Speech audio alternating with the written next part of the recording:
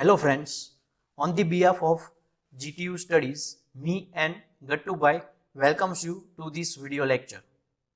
આ video lecture છે branch mechanical and civil engineering માટે, જેમાંના સબ્જેક્ટ્સ છે એફએમડી, મોસ, એસઓએમ, સોમ, એસએમ એક્સેટ્રા. એનું રીઝન છે મિકેનિકલ અને સિવિલની અંદર આ બધા સબ્જેક્ટમાં જે આજનો ટોપિક છે એ આવતો હોય છે, એટલે ઘણા બધા સબ્જેક્ટની અંદર આ ટોપિક કવર થાય છે, એટલે મેં પર્ટિક્યુલર એક સબ્જેક્ટના નામ સિવાય ઘણા બધા રાખેલા છે. એ જે ચેપ્ટરની અંડરમાં કવર થશે એ છે મોમેન્ટ ઓફ ઇનર્શિયા, જે ઘણા બધા આગળ જતા બીજા ટોપિક સમજવામાં ખૂબ યુઝફુલ થાય છે. અને આજે આપણે એ ચેપ્ટર સ્ટાર્ટ કરીએ છીએ, એટલે સૌથી પહેલાં હું તમને એનો બેઝિક મિનિંગ સમજાવીશ. એની માટે જે કામમાં આવશે એ છે સેન્ટર ઓફ ગ્રેવિટી. પછી આપણે ઇનર્શિયાનો મિનિંગ સમજશું અને લાસ્ટમાં આપણે મોમેન્ટ ઓફ ઇનર્શિયાનો મિનિંગ સમજશું. તો ચાલો આપણે વિડીયો સ્ટાર્ટ કરીએ.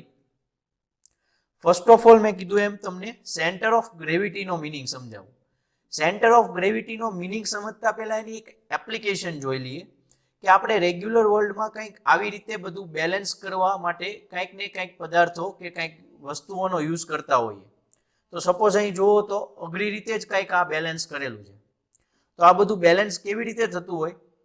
તો આ કોઈ પણ વસ્તુ, બોડી છે, પદાર્થ છે, એ બધાનું આખું વેઇટ ત્યાં કોન્સન્ટ્રેટ થયેલું છે, એ એના માટે ઇમ્પોર્ટન્ટ થતું હોય છે, જેને આપણે આગળ જતા સમજાવું એમ સેન્ટર ઓફ ગ્રેવિટી કહેશું.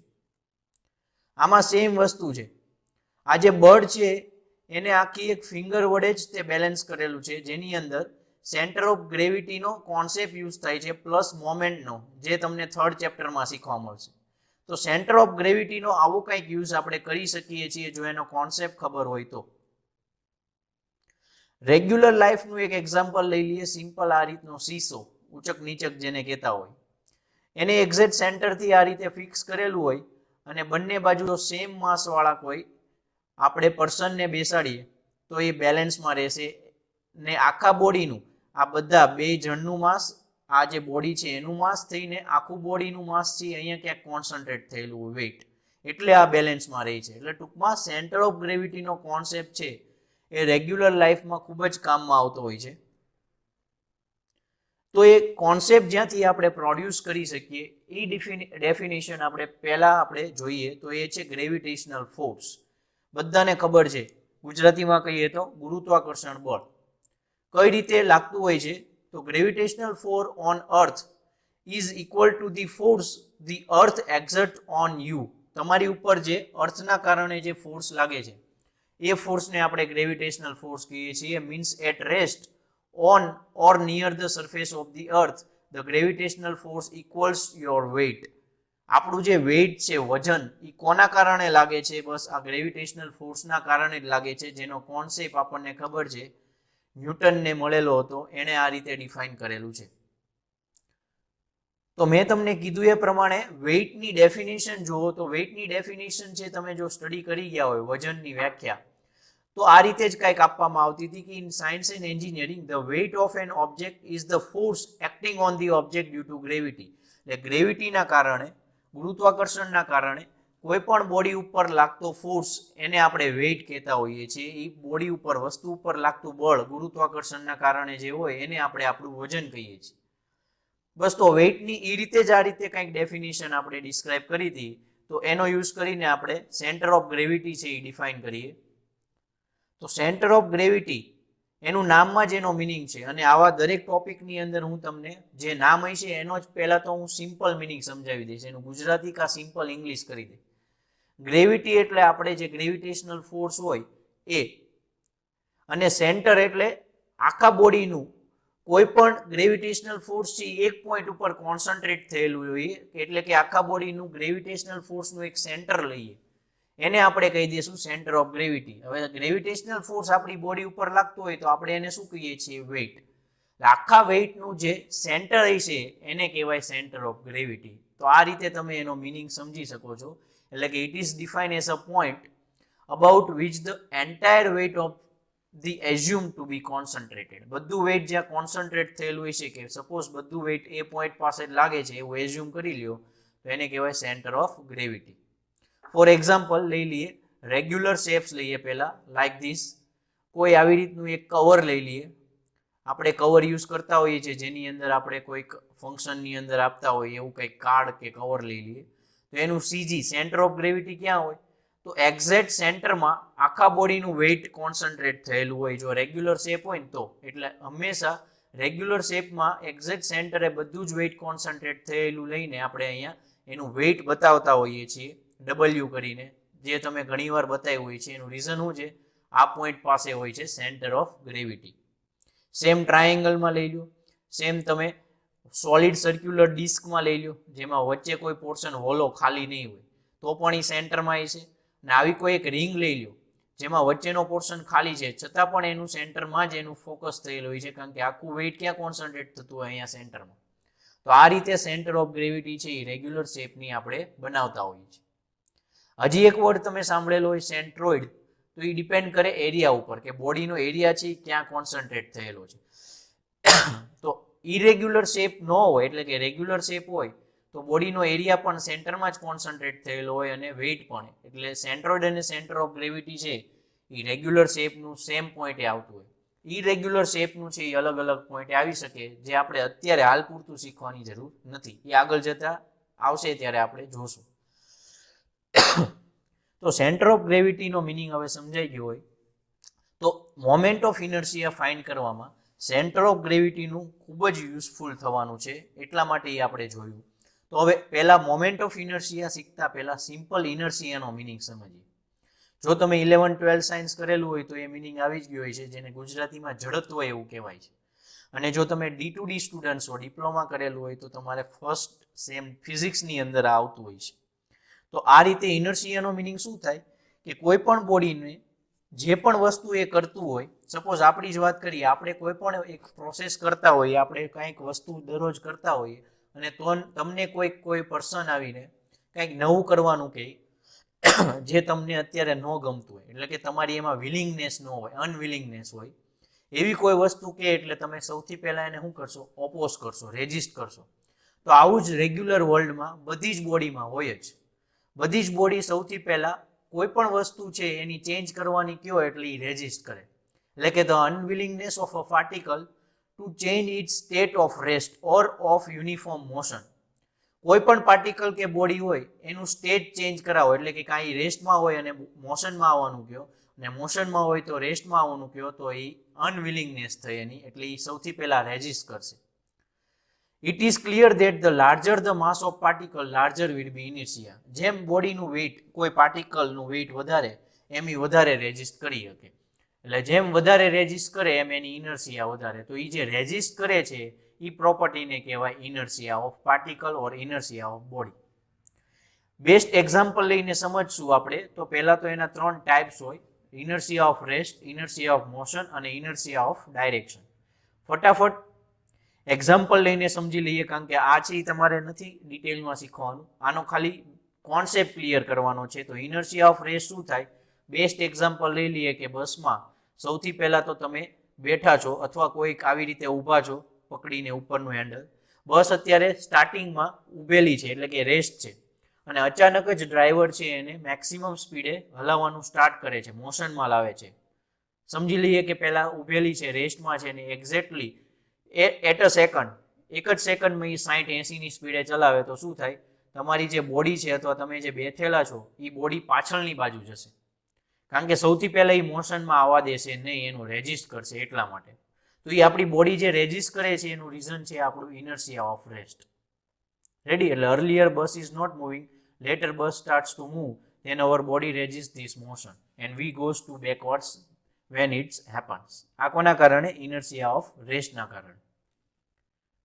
સેકન્ડ, આપણે એનું ઓપોઝિટ એક્ઝેક્ટ એક્ઝામ્પલ લઈ લઈએ કે એક્ઝેક્ટ બસ છે પહેલા સ્ટાર્ટિંગમાં ફૂલ સ્પીડે ચાલતી હતી, એટલે આપણી બોડી પણ મોશનમાં હતી.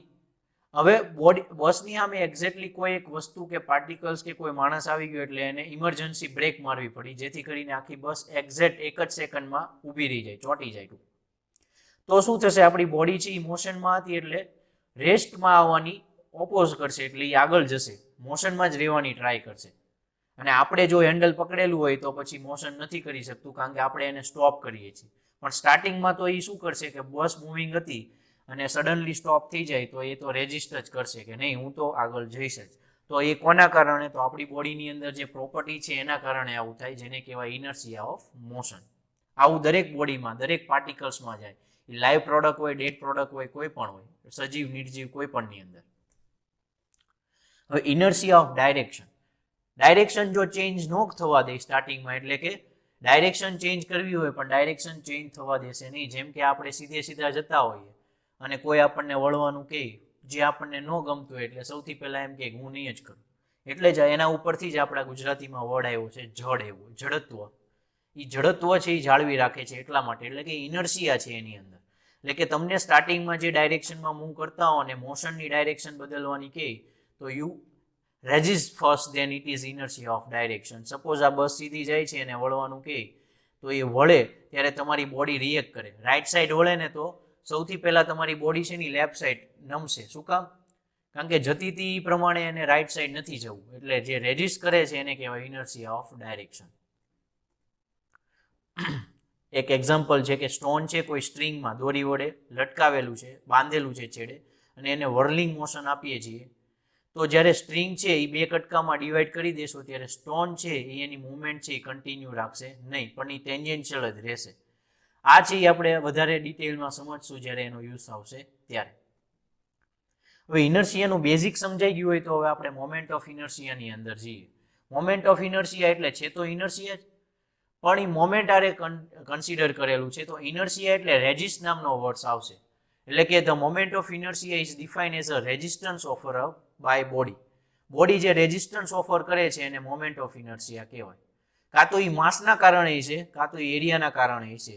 અને એ બધી વસ્તુ ઉપરથી ટોટલ મોમેન્ટ ઓફ ઇનર્શિયાના 3 પાર્ટ્સ લઈ શકો. માસ મોમેન્ટ ઓફ ઇનર્શિયા, એટલે કે જ્યારે કોઈ બોડી છે એ સર્ક્યુલર રોટેટ કરતી હોય ત્યારે એનું માસ ઇફેક્ટ કરે. જેમ માસ વધારે એમ એની મોમેન્ટ ઓફ ઇનર્શિયા વધારે, એટલે એને કહેવાય માસ મોમેન્ટ ઓફ ઇનર્શિયા. ઘણી બધી બોડી એરિયા ઉપર ડિપેન્ડ કરે, તો એ એરિયા મોમેન્ટ ઓફ ઇનર્શિયા. અને જે પણ બોડી છે એ ટ્વિસ્ટિંગ મુવમેન્ટમાં હોય, ટોર્ઝનલ લાગતું હોય. તમે સ્ટ્રેસમાં સ્ટડી કરી ગયા છો, જો ટ્વિસ્ટિંગ હોય ત્યાં તો ત્યાં ટોર્ઝનલ પ્રોડ્યુસ થતું હોય, તો એ ટોર્ઝન અથવા ટોર્ઝનલ પ્રોડ્યુસ થાય અને મોમેન્ટ ઓફ ઇનર્શિયા જે હોય એને પોલાર મોમેન્ટ ઓફ ઇનર્શિયા કહેવાય. જે આપણે થોડુંક વધારે જઈએ ડિટેલમાં, તો સૌથી પહેલા માસ મોમેન્ટ ઓફ ઇનર્શિયા આપણે અત્યારે સ્ટડી કરવાનું નથી, આપણા સિલેબસમાં નથી. એટલે આપણે ડાયરેક્ટલી પહેલા area of moment of inertia સમજીએ. તો સપોઝ કોઈ એક આ બોડી આપેલી છે જે ઇરેગ્યુલર શેપની છે, એ આખા બોડીનું નથી આપણે ફાઇન્ડ કરવું. સપોઝ એમાંથી એક આ વચ્ચે કોઈ એક સ્ક્વેર કે રેક્ટેંગલ લઈ લઉં જેનો એરિયા ડીએ જેટલો છે. આખા બોડીનો એરિયા એ હોય તો આનો એરિયા ડીએ કહી દઉં. તો આ જે ડીએ જેટલો બોડીનો એરિયા છે એ આ જે બે એક્સિસ છે એ બે એક્સિસની ફરતે મોમેન્ટ ઓફ ઇનર્શિયા પ્રોડ્યુસ કરશે, એટલે કે રેઝિસ્ટન્સ પ્રોડ્યુસ કરશે. એક્સ એક્સિસની અબાઉટ એ તે અને વાય એક્સિસની અબાઉટ એ. તો એરિયાના કારણે બે એક્સિસની ફરતે જે મોમેન્ટ ઓફ ઇનર્શિયા પ્રોડ્યુસ થાય છે એને કહેવાય એરિયા મોમેન્ટ ઓફ ઇનર્શિયા. અને એનું જે ઇક્વેશન છે એ આપણે નેક્સ્ટ લેક્ચરમાં ડેવલપ કરશું, પણ એની ડેફિનેશન સમજી લઈએ કે એની વેલ્યુ કેટલી થશે મોમેન્ટ ઓફ ઇનર્શિયાની.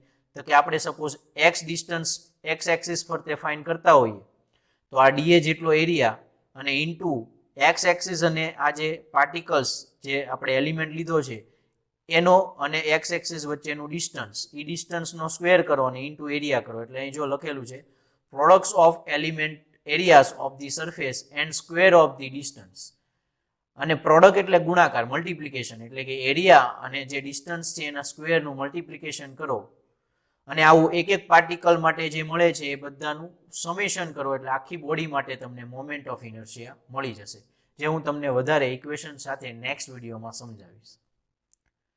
હવે છે પોલાર મોમેન્ટ ઓફ ઇનર્શિયા. મેં કીધું એમ ટોર્ઝનલ બોડીમાં લાગતું હોય છે જ્યારે ટ્વિસ્ટિંગ મોશન પ્રોડ્યુસ થયેલી છે. ટ્વિસ્ટિંગ કોણ કરતું હોય? ત્યારે સિલિન્ડ્રિકલ કોઈ ટાઈપ બોડી છે ત્યારે ટોર્ઝનલ પ્રોડ્યુસ થતું હોય અને એની સેન્ટર એક્સિસ ઉપર આ રીતે કોઈ polar moment of inertia generate થશે. અને એનું ઇક્વેશન પણ હું તમને આ ચેપ્ટરના લાસ્ટ વિડીયોમાં સમજાવીશ. અત્યારે હું તમને ખાલી બેઝિક કહી દઉં કે એનું ઇક્વેશન કેવું થતું હોય છે. તો આપણે જેમ મોમેન્ટ ઓફ ઇનર્શિયામાં એરિયા ઇન્ટુ ડિસ્ટન્સ સ્ક્વેર કર્યો, અહીંયા ડિસ્ટન્સનો સ્ક્વેર નથી લેવાનો, કારણ કે સિલિન્ડ્રિકલ બોડી હોય તો સર્કલ ડ્રો કરીને મેળવશું. સર્કલમાં શું હોય? રેડિયસ હોય. એટલે એરિયા જે એલિમેન્ટનો આપણે ફાઇન્ડ કરીએ છીએ પોલાર મોમેન્ટ ઓફ ઇનર્શિયા, એનો એરિયા અને મલ્ટીપ્લાય બાય રેડિયસનો સ્ક્વેર કરી દેશો એટલે તમને ઈ પાર્ટિકલ્સ કે એલિમેન્ટ્સની moment polar moment of inertia મળી જશે. અને એ પાર્ટિકલ્સ છે નાના નાના હોય, જે આખી બોડી માટે બધાને ભેગા કરો તો ટોટલ બધાનો સમ કરો એટલે આખી બોડીનું તમને પોલાર મોમેન્ટ ઓફ ઇનર્શિયા મળી જશે. આ હજી તમને શોર્ટ્સમાં કહું છું, ટૂંકમાં કહું છું, કારણ કે આ ખાલી ઇન્ટ્રોડક્શન છે. ડિટેલમાં આપણે નેક્સ્ટ લેક્ચરથી જશું. તો આટલું તમને જો ખાલી કોન્સેપ્ટ ક્લિયર થઈ જાય તો ઇટ ઇઝ વેરી ગુડ.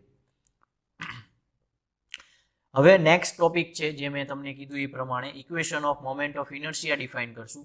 અને બે લો આવે છે જે આપણે આગળ જતા ડેરિવેશનમાં કામમાં આવશે, જે પરપેન્ડિક્યુલર અને પેરેલલ એક્સિસ થિયરમ તરીકે ઓળખાય છે. જે મેં કીધું એ તમને નેક્સ્ટ વિડીયો લેક્ચરમાં સમજાવીશ. ડોન્ટ વરી, આટલું તો બહુ ઇનફ હોય છે તમારી માટે, એટલે તમને આટલું સમજાણું હોય છે સરસ રીતે એ હું એક્સેપ્ટ કરી શકું. આઈ હોપ તો તમને આ કોન્સેપ્ટ છે એ ક્લિયર થયો હોય છે. તો આ કોન્સેપ્ટ જો ક્લિયર થયો હોય અને સમજાણો હોય તો વિડીયોને લાઇક કરો, શેર એન્ડ સબસ્ક્રાઇબ કરો GTU studies channel. And also you can visit our website www.gtustudies.com. આ પીપીટીની PDF તમને આ વેબસાઇટ ઉપરથી મળી જશે અને ઘણા બધા મટીરિયલ્સ પણ અવેલેબલ છે. તો આ વિડીયો જોવા બદલ થેન્ક યુ.